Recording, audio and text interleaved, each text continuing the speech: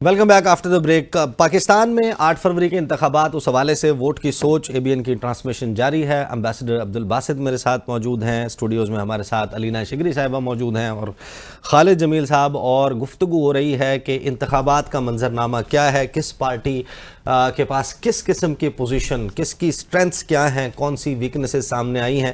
لیکن یہ انتخابات ایسے ہیں کہ جس میں واضح طور پر نظر آنے والی ایک ایسی جماعت جو اس وقت پبلک میں بہت پاپولیرٹی انجوائے کر رہی ہے، وہ اپنے انتخابی نشان کے ساتھ الیکشنز میں موجود نہیں ہے. لہٰذا جو تجزیے ہیں وہ بھی تبدیل ہو گئے ہیں، تبصرے ہیں وہ بھی تبدیل ہو گئے ہیں. یہ گیس ورک کرنا کہ کس جماعت کی کتنی سیٹیں ہوں گی، کیونکہ بہت سارے ایف اینڈ بٹس کریٹ ہو گئے ہیں. اب PTI اپنا انٹرا پارٹی الیکشن دوبارہ کرنے جا رہی ہے 5 فروری کو.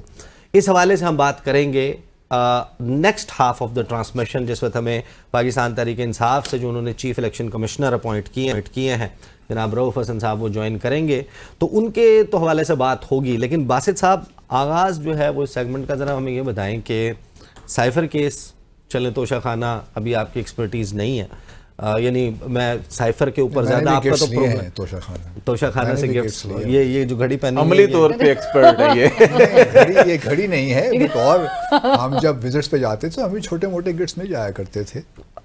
صحیح. اچھا مجھے یہ بتائیں کہ ڈی سائفر، یا بے احتیاط سے بولیے گا یا نیب آپ کو نوٹس دے دے، پھر فیصلہ جو ہے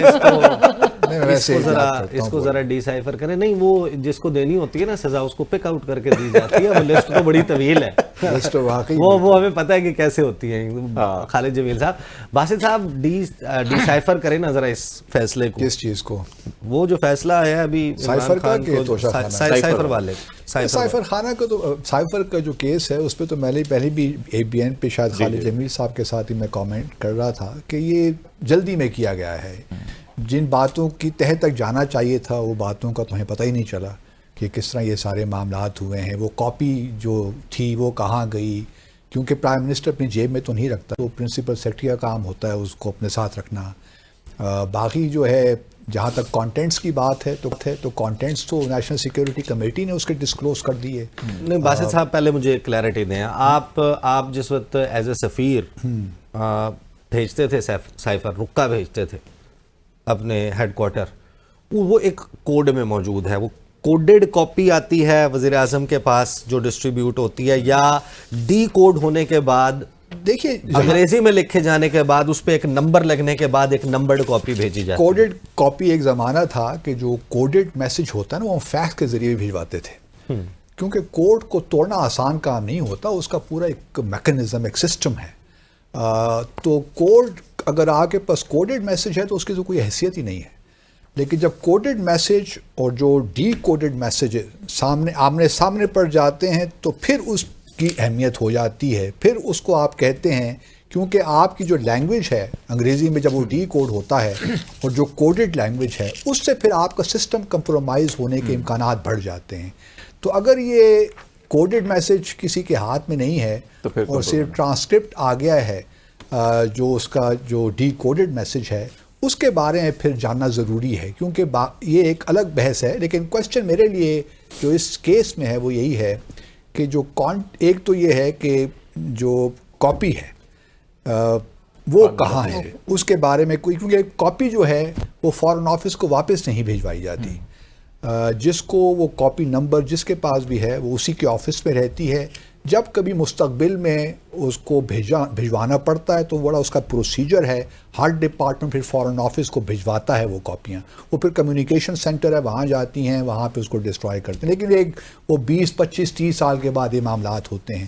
تو prime minister office is not obliged کہ جو بھی اس کو سائفر میسج آ رہا ہے وہ اسی وقت اس کو واپس بھیجوا دے. وہ اس آفس میں ہی پڑا رہتا ہے. ابھی بھی آپ جائیں گے تو پریزیڈنسی میں PM آفس میں آپ کو 2004 سے آنورڈ سارے سائفر مل جائیں گے، کوئی اس مسئلہ نہیں ہے.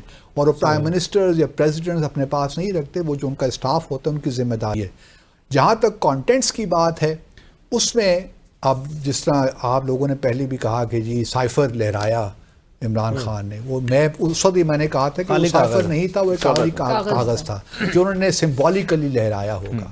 اور جہاں تک کانٹینٹس کو لیکن اس کے مدرجات جو ہیں ان کو پبلک کرنا یہ ایک لحاظ سے آپ اسے، لیکن دیکھیے اس سے پہلے بھی ہمارے لیکن ایک سوال میرا بھی ہے اس میں کہ ڈان لیکس نہیں ہوئی، ڈان لیکس بھی ہوئی نہیں، لیکن وہ تو کہہ رہے ہیں کہ جی ایک ملک سے دھمکی آئی ہے کہ یہ عدم اعتماد کی تحریک کو کامیاب کرنے ورنہ ہم آپ کے ساتھ برا سلوک کریں گے. تو یہ تو قوم، میرا خیال ہے کہ ایک چیف ایگزیکٹو آف پاکستان کو اگر ایک احتیاط نہیں، دیکھیے چیف ایگزیکٹو سے ہم یہ توقع رکھتے ہیں کہ وہ ان معاملات میں احتیاط کرے. جیسا دیکھیں ڈان لیکس کے بارے کو میں ذاتی طور بہت کرٹیسائز کرتا ہوں کہ اس کے بعد لوگ نہیں کرتے کہ جی وہ ہم ایک نیشنل سیکیورٹی کمیٹی کی میٹنگ ہوئی نا، آپ نے اس کے سارے منٹس آپ نے ڈان اخبار کو دے دیے.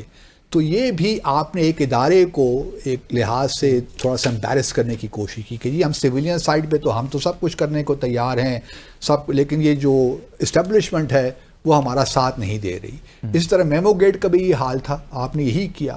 تو کوشچن یہ ہے کہ ان معاملات میں تھوڑی احتیاط لازم ہوتی ہے، اس میں کوئی شک نہیں. اور میں نے اس وقت بھی کہا تھا کہ P T I Imran Khan کو اس وقت لگا کہ ان کی حکومت جا رہی ہے تو انہوں نے آبویسلی ایز اے پولیٹیشین اس کو ایکسپلائٹ کرنے کی کوشش کی، اس میں بھی کوئی شک نہیں. انہوں نے کہا کہ یہ ایک ڈومیسٹک ایشو بن سکتا ہے، صحیح، جس پہ وہ کھیل سکتے ہیں. صحیح باسط صاحب، اس میں تو بہت ساری جزیات ہیں جس کے اوپر بات ہوگی، بٹ اب وقت کم رہ گیا. آپ دونوں باخبر لوگ ہیں، اب ذرا مجھے ہماری گائیڈنس کریں، لوگوں کو گائیڈ کریں اس حوالے سے کہ جو فیصلہ سنایا گیا ہے 10 سال قید بامشقت، قومی سلامتی کا مسئلہ ہے، جو جج ہے اور کورٹ ہے اس میں یہ سائفر پیش ہوا تھا، اس کے کانٹینٹس کہ یہ تھا، یہ پبلک کر دیا، اتنا بڑا نقصان ہو گیا، کیا انفارمیشن ہے؟ ایسا کچھ ہوا عدالت میں؟ بہت کچھ نہیں ہوا جو ہونا چاہیے تھا. ٹھیک ہے، پھر وہاں تو جج صاحب نے خود بھی پوچھا تھا خان صاحب سائفر کہاں ہے. ٹھیک ہے، پھر آپ یہ دیکھیں جو سب سے بڑا اہم سوال ہے، انہوں نے خود نہیں دیکھا سائفر، جج صاحب نے پوچھا تھا. یہ تو سوال دیکھیں سب سے اہم سوال یہ ہے کہ آپ کسی بھی ملک کے چیف ایگزیکٹو کا آفس محفوظ نہیں ہے.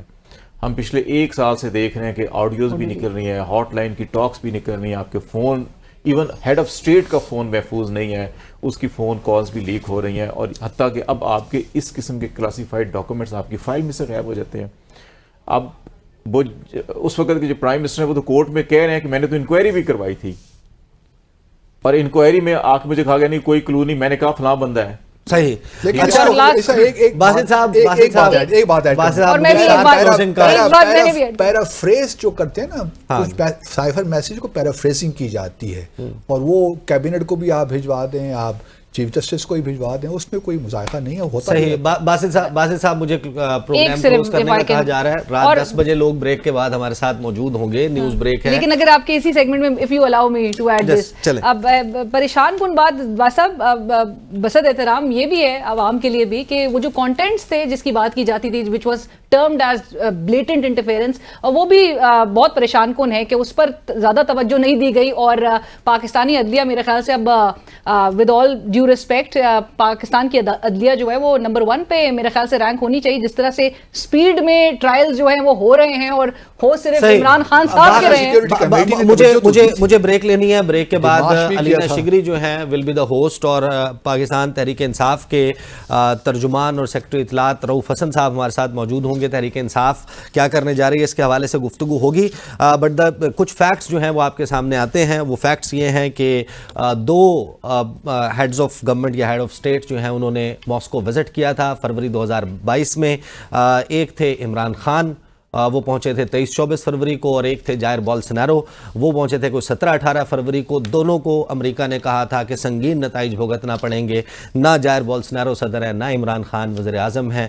ایک جگہ لولا ڈے سلوا جیل سے نکل کر بے نامی پراپرٹی آف شور اثاثے ان کیسز کے سے باہر نکل کر صدر بن چکے ہیں برازیل کے. اور ہمارے ہاں بھی نواز شریف صاحب جو ہیں ان کے کیسز ان سے بری کر دیا گیا. 8 فروری کو کیا ہوگا اس کے لیے stay tuned with us. Election کے حوالے سے ٹرانسمیشن کا سلسلہ جاری رہے گا.